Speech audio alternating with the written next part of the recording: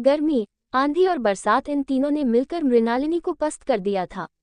कितनी बार नहाए, कितना पसीना सुखाए, बाथरूम में जाओ तो पानी गायब, पंखा चलाओ तो बिजली गायब। जब से वह अमेरिका से वापस आए हैं, भारत की आबोहवा तथा अन्य गतिविधियों से तारतम्य बैठाते बैठाते वह थक गई है। कितने लाख खर्च किए, तब कहीं जाकर मनपसंद का फ्लैट मिला है। 6 माह से मिस्त्री बढ़ाई सभी लगे हैं घर सजाने में। सारे दिन घर घर चीची की आवाजें और नया पेंट जो दरवाजों खिड़कियों पर हो रहा है, उसकी गंध से दम घुटता है दिन भर। मुंह पर रुमाल रखते हुए वह शाम को कुछ देर फ्लैट से निकलकर सड़क पर आ गई।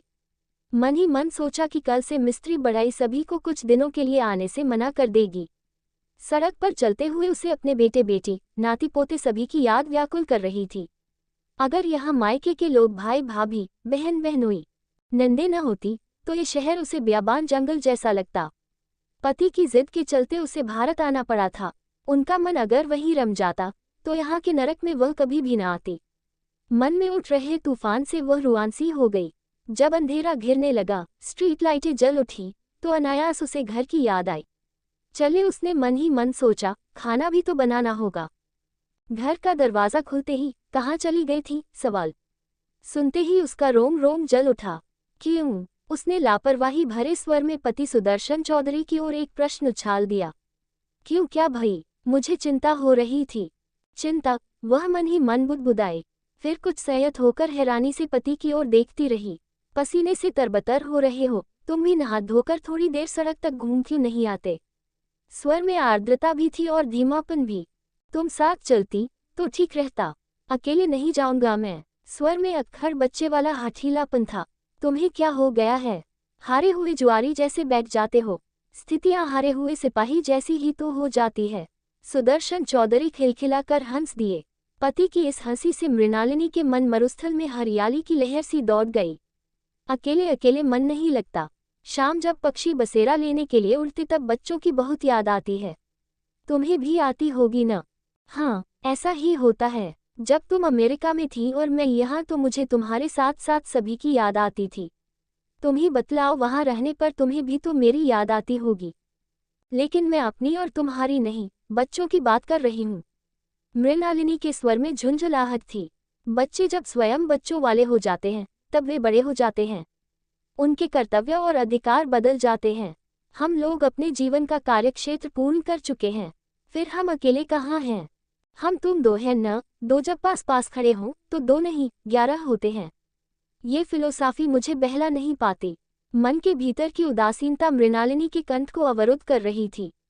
कुछ भी कहो, मुझे तो अपने देश में ही सुख शांति मिलती है। तुम तो ऐसे कह रहे हो जैसे बच्चों से तुम्हारा कोई रिश्ता ही न हो। रिश्ता? क्या मतलब? क्या माता पिता के रिश्ते भी बच्चों को समझाए जाते हैं? बेटा वहाँ डॉक्टर है, बच्चों वाला है। बहू भी वहाँ अच्छी पोस्ट पर है। अगर वे सभी स्वेच्छा से भारत आते हैं तो उनका स्वागत है, और यह भी तभी तक संभव होगा जब तक उनके बच्चे छोटे हैं। बच्चों के बड़े हो जाने पर उनका भारत वापस आना मुश्किल हो जाएगा। बड़े हो जाने पर उनके बच्चे वहाँ की संस्कृति में अपने को ढाल चुके होंगे, तब हमारे बच्चों को मन मारकर वहीं रहना होगा। इस तरह वो पीढ़ियाँ एक दूसरे से मिलने को व्याकुल होती रहेंगी। पति का कथन सत्य था, किंतु मृणालिनी के गले नहीं उतर रहा था। उस दिन दोनों की शादी की वर्षगांठ थी। भाई भाभी, बहन बहनोई, नंद के बच्चे सभी एकत्रित हुए। घर में खूब शोरगुल था। भतीजे भतीजियों, नंदों के बच्चे सभी गीत गा रहे थे, चुटकुले सुना रहे थे। आज जोड़ी जम रही है।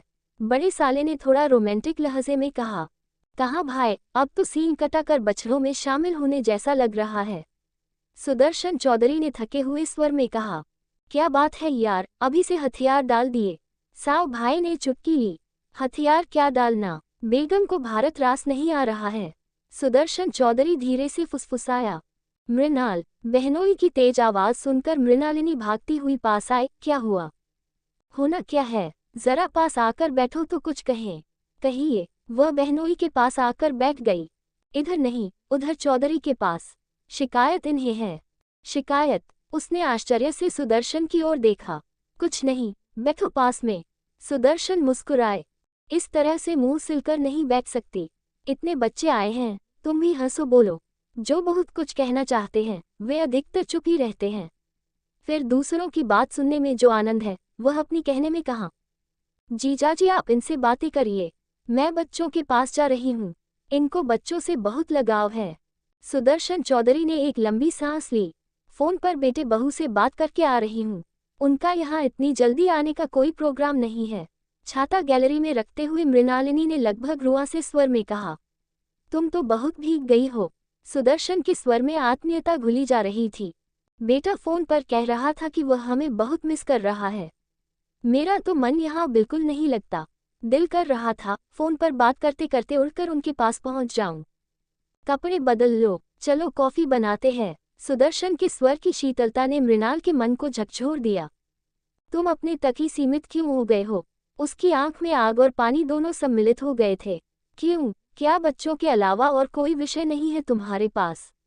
उनके स्वर में आक्रोश कम निरीहता अधिक थी। रात का प्रथम पहर समाप्त हो चुका था।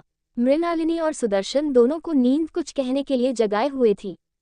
जले और बुझे अनेक तीर दोनों के तरकश में थे। सुनो, मुझे बच्चों के पास अमेरिका जाना है। क्या इसे तुम्हारा अंतिम फैसला समझूं? सुदर्शन ने धीरे से हाथ बढ़ाकर मृणाल का हाथ थाम लिया। तुम पूरे दिन पसीने से तरबतर रहते हो। 2 टाइम नहाना भी तुम्हें अच्छा नहीं लगता। क्या अय्याजी ने तुम्हें अफीम खिलाकर पाला था? मृणाल ने सुदर्शन का हाथ धीरे से परे कर दिया। आज अय्याजी की याद कैसे आ गई? सुदर्शन हंसे। हाँ, अय्याजी की एक एक बात मुझे याद है। कुछ दिन बेटे के पास सुख से रह रहे थे तो तुमने यहाँ आकर। मैंने यहाँ आकर क्या? मैं विदेश में पुअर ओल्ड मैन की डिग्री लेकर नहीं रह सकता। I hate that culture. खाओ पियो और मौज करो, बस यही है जिंदगी। भौतिक सुविधाएं और युवावस्था की आपाधापी, और तो और दूसरे देश का युवा भी second citizen. Nonsense. What nonsense? Mrinalini आवेश में आ गई। मैं कल ही वापसी की तैयारी में लगती हूँ। तुम यहाँ रहो, यहाँ का देश राग लापते रहो। जब वहाँ आने का मन हो फोन कर देना, व्यवस्था हो जाएगी। व्यवस्था? कैसी व्यवस्था? सुदर्शन के स्वर में बेपनाह हैरानी थी। जिस सुख के लिए तुम वहां भाग रही हो, क्या वहां उस सुख की गारंटी है? यहाँ क्या है? मृणालिनी ने सीधे सवाल किया। यहाँ हम कुछ लेने नहीं आए हैं, और जिंदगी बनिए की दुकान भी नहीं है जहाँ लाभ की कामना ही की जाए। हम अपना जीवन जी चुके हैं, बच्चों पर भार क्यों बने? तुम कुछ भी समझो, मुझे तो अपने देश की मिट्टी से मोह है। मोह? मृणालिनी ने मुंह बिचकाया। अगले दिन से दोनों में अव्यक्त अनबोला शुरू हो गया। बाहर वालों के सामने व्यवहार बिल्कुल सामान्य। भोजन, चाय, नाश्ता सब एक साथ, मगर जुबान बिल्कुल खामोश। कुछ दिन बाद क्रम टूटा। मैं परसों वापस जा रही हूँ। कहाँ? हैरानी से सुदर्शन का मुंह खुला का खुला रह गया। अमेरिका, बेटे के पास। मृणालिनी ने नपातुला जवाब दिया। तुमने बिना बतलाए तैयारी भी कर ली। किसको बतलाती? बुढ़ापे में हम दोनों को एक दूसरे का ही सहारा है, ये भी नहीं सोचा। सब सोचकर ही फैसला किया है। फिर अमेरिका जाने का दिन भी जल्दी ही आ गया। मेरी सवेरे 5 बजे की फ्लाइट है, मृणालिनी ने कहा तो सुदर्शन ने गौर से उसकी ओर देखा। उसकी आंखों ने जो कुछ मृणालिनी से कहा उसे उसने समझकर भी नहीं समझा। मैं एयरपोर्ट तक पहुंचा दूंगा। यही विराम लग गया। उस रात किसे नींद आए कुछ कहा नहीं जा सकता। सवेरे गाड़ी का हॉर्न सुनकर सुदर्शन की नींद खुली तो मृणालिनी बैग अटैची उठाकर चलती हूँ कहते हुए बाहर निकल गई। दिन निकल रहा था, छोटे साले का फोन आया, दीदी को एयरपोर्ट पहुंचा दिया है, फ्लाइट 1 घंटे लेट है। मृणालिनी प्रतीक्षालय में अटैची बैग रखकर आराम से सोफे पर बैठ गई। अचानक उसे आभास हुआ जैसे वह बोधिवृक्ष के नीचे बैठी हो। सुन्न होते हुए शरीर की सारी ऊष्मा मस्तिष्क को मथ रही थी। किसी अदृश्य शक्ति ने उसे कुरेदा। जिस मोह में वह भागकर जा रही है, क्या वह ठीक है? बेटा बेटी दोनों वहां अपने अपने परिवार में रचे बसे हैं। उसका अस्तित्व तो वहां होते हुए भी न के बराबर है। जब तक हाथ पैर चल रहा है, सब ठीक रहेगा। कई वर्षों तक उसने वहां नौकरी की है, उसकी उसे अच्छी पेंशन मिलेगी, मगर उससे क्या? पैसों की तंगी तो यहाँ भी नहीं है। फिर पैसा ही तो सब कुछ नहीं होता। सुदर्शन जाग चुके होंगे। वह सोफे से अच्छी तरह चिपक कर बैठ गई। नए घर में अभी तो सामान भी व्यवस्थित नहीं किया है। वह स्वयं चकित थी कि 7 फेरों के बंधन को नकार कर वह यहाँ आ कैसे गई। अभी तक माँ होने के नाते उसका जो ममत्व कुलाचे मार रहा था, वह भी उसे चिढ़ाता हुआ लगा। बेटा पूछेगा, पापा को अकेला छोड़ आए। जिसके मोह में भागकर जा रही थी, उसी ने पलटकर वार कर दिया था। इस वार से वह तिलमिलाए नहीं, कुछ सोचने को बाध्य हो गई। भूत भविष्य सब गड्ढमड्ढ हो गए। सिर्फ वर्तमान उसके सामने साकार खड़ा था। वर्तमान अपना घर, अपनी गृहस्थी, अपना पति, संपूर्ण जीवन की अनुभूतियों का यदि वह बंटवारा करे तो उसका बहुत बड़ा भाग भारत में उसके घर में ही बिखरा या सजा हुआ था। जिस तरह उसके बच्चों के अपने परिवारों के प्रति फर्ज और जिम्मेदारियां हैं, उसकी अपने घर के प्रति भी तो जिम्मेदारी और जवाबदेही है। इसी उहापोह में कितना समय निकल गया उसे पता ही नहीं चला। वह तंद्रा में थी, आसपास से बेखबर। वह बार बार अपने घर का जीना चढ़ रही थी। सुदर्शन कभी ऊपर वाले पांव दान पर तो कभी नीचे वाले पर। क्या करे क्या न करे। अचकचाकर उसकी तंद्रा टूटी। हवाई जहाज जा चुका था। थैंक गॉड, उसके मुंह से निकला। अपना सामान उठाए वह इत्मीनान से बाहर आ गई। खुली हवा में उसने चैन की सांस ली और पानी की बोतल घूंट घूंट पीकर खाली कर दिया। टैक्सी, उसने हाथ दिया। टैक्सी में बैठते ही एक पल को उसकी आंखें बंद हुईं। उसे उलझन हो रही थी। घर दूर क्यों हो गया है? गाड़ी धीरे धीरे क्यों चल रही है?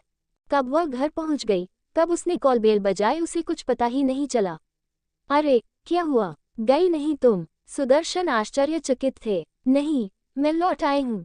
वह धम्म से सोफे पर बैठ गई। हुआ क्या? होना क्या है? कोई अदृश्य शक्ति थी जिसने मुझे जाने नहीं दिया। मृणालिनी थके किंतु स्थिर स्वर में बोली, मुझे पता था। क्या? यही कि तुम नहीं जा सकती। फिर उसी समय क्यों नहीं रोका? और किसने रोका? सुदर्शन, तुम। मृणालिनी बोल नहीं पा रही थी।